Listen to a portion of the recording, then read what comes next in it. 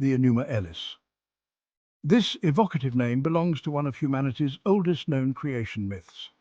Dating back to ancient Mesopotamia around the 18th century BC, this epic poem is a masterpiece of cuneiform writing. It tells the story of the birth of the cosmos, the rise of the gods, and the creation of humankind. But the Enuma Elis is much more than just a creation myth. It offers a glimpse into the beliefs, fears, and aspirations of the Mesopotamian people. It explores themes of order and chaos, power and kingship, and the relationship between humanity and the divine. The Enuma Elis has left an indelible mark on Western thought and continues to fascinate us today. Imagine a world without Google, without libraries, without books.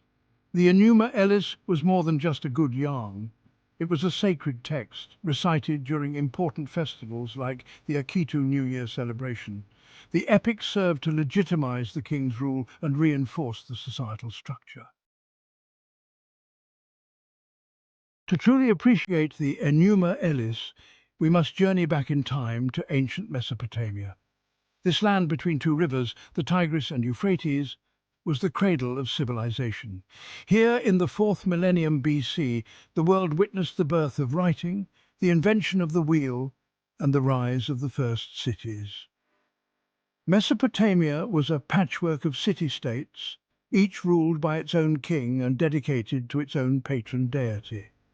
Life in ancient Mesopotamia was often harsh and unpredictable.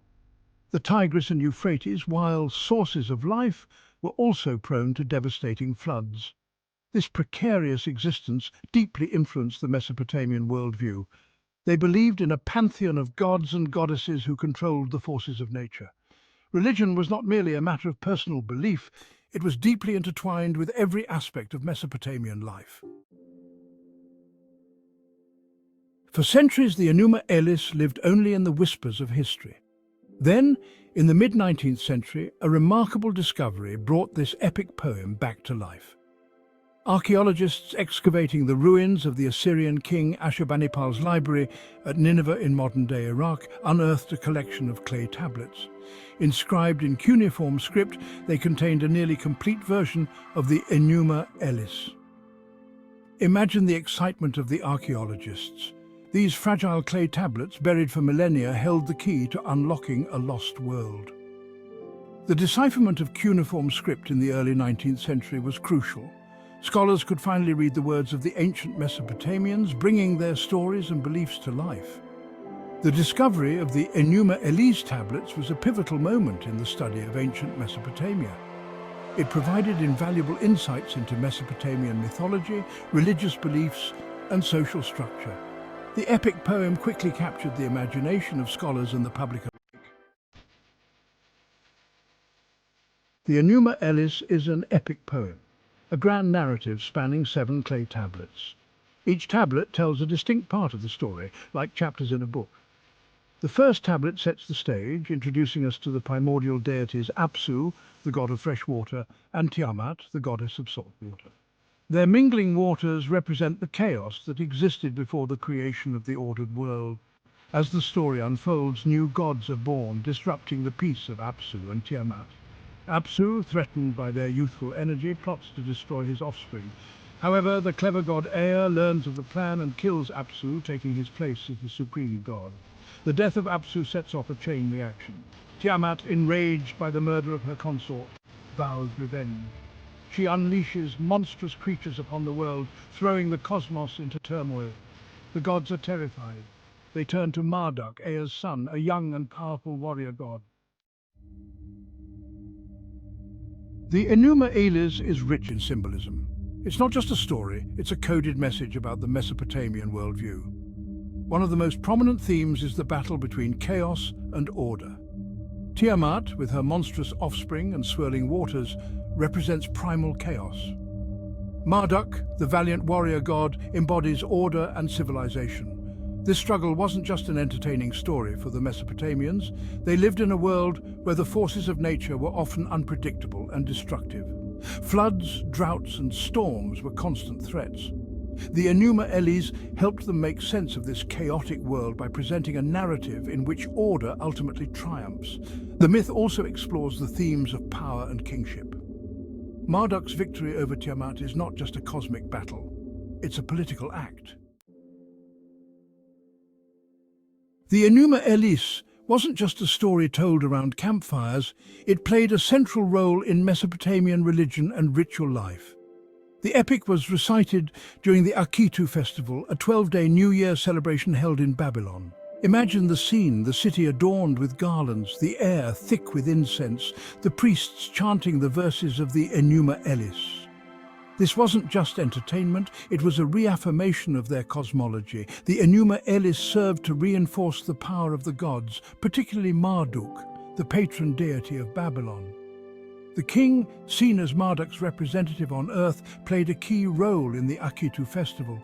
This ritual enactment of the creation myth served to legitimize his rule and reinforce the social order.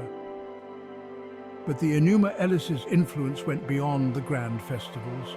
It shaped the Mesopotamians' understanding of the cosmos. They believed in a pantheon of gods, each with their own domain and powers. The Enuma Elis, though rooted in ancient Mesopotamia, has remarkable parallels with other creation myths, most notably the biblical book of Genesis. Both stories begin with a primordial state of chaos. In Genesis, it's described as a formless void, while the Enuma Elis depicts a swirling mass of water inhabited by primordial deities. Both narratives feature a powerful deity who brings order to chaos. In Genesis, it's the God of Israel, referred to as Elohim, who speaks the world into existence. In the Enuma Elis, it's Marduk, who slays Tiamat and fashions the heavens and the earth from her remains. The creation of humanity is also remarkably similar. In Genesis, God forms man from the dust of the ground. In the Enuma Elis, Marduk creates humans from the blood of Kingu, a slain god. This shared motif suggests a common human need to understand our origins and our place in the cosmos. While there are striking similarities, there are also significant differences. The discovery of the Enuma Elis sparked a firestorm of scholarly debate. Who wrote it and when? What did it really mean? What did it tell us about the Mesopotamians? These questions have fascinated historians, archaeologists, and theologians for over a century. One of the pioneers in deciphering and interpreting the Enuma Elis was George Smith. In 1876, he published the Chaldean account of Genesis, a groundbreaking work that drew parallels between the Enuma Elis and the biblical creation story. Stephanie Dalley, a renowned Assyriologist, has argued that the Enuma Elis wasn't just a creation myth, but also a piece of political propaganda designed to legitimize the Babylonian king and his claim to power. Theological interpretations have focused on the Enuma Elis's influence on Jewish and Christian thought. The Enuma Elis, though thousands of years old, continues to resonate in modern times. Its themes of chaos and order, creation and destruction have found new life in art, literature, and popular culture. In literature, authors have drawn inspiration from the Enuma Elis's vivid imagery and archetypal characters. Modern retellings of the myth offer fresh perspectives on ancient stories.